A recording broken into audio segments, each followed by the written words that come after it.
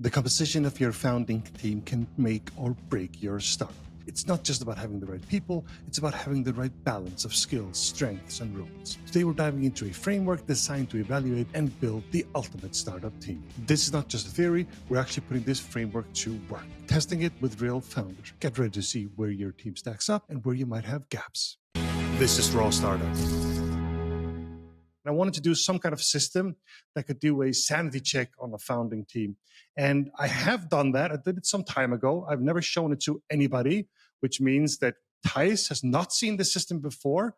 Nobody's seen it before. And yeah, well, you could say this is like a world premiere. The idea behind the framework is quite simple. Identify the essential roles every founding team needs, score your team members based on those roles, and find out where your team stands strong and where you might need a boost. The idea here is that we have certain roles that need to be filled, basically on any founding team. And I've taken that down to 4 types of founder roles. You could say 4 roles, 4 jobs that need to be done. Basically, every startup needs that. The 4 critical roles are idea person, the deal maker, the builder, the operator. Each role is vital, but no founder can realistically excel in all 4. Idea person. An idea person is a creative person full of ideas and resourcefulness who thinks outside the box, and there's no limit to what can be done, and especially how fast it can be done.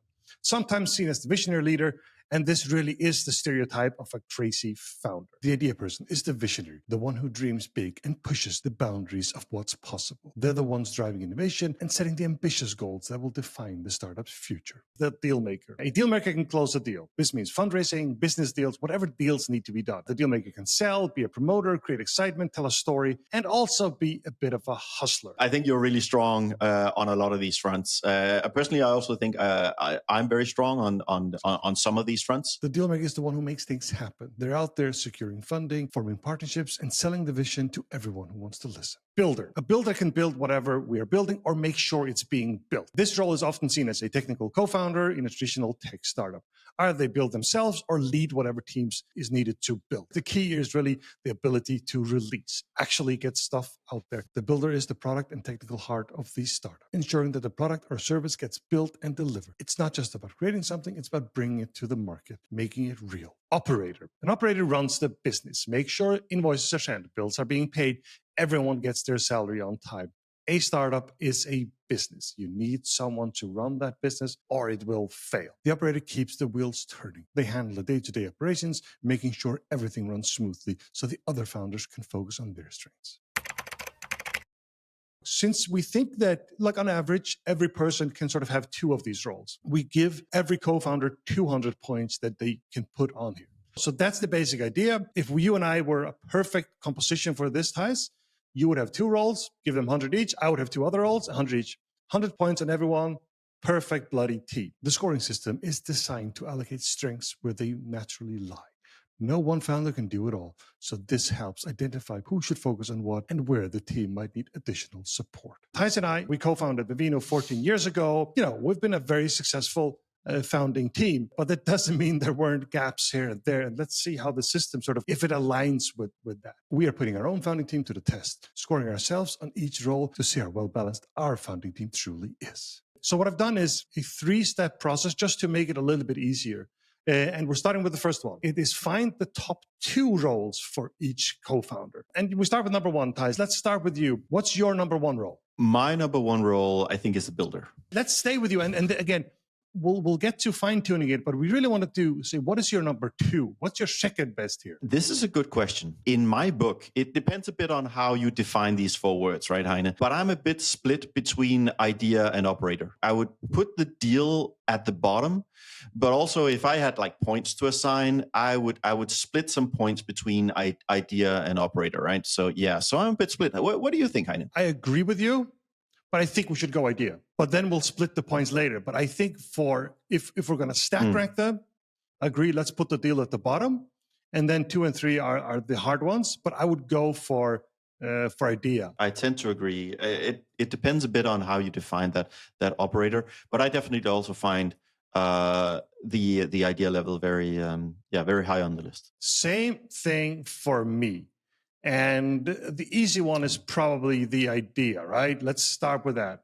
So number one is probably Yeah. idea person, right? And then the question comes, deal maker or builder. Again, we're going to be able to split this later. So, but let's ask you first. What do you think? Yeah, that's a good question. Just like with me, I would be a bit split. I actually think you are an extremely skilled builder as well, and I would probably put that one as number 2 for you. But I'm super curious as to how you see it. I end this podcast every time with now stop listening and go build something, right? So when you say that, I obviously identify with that and say thank you very much. So I probably agree.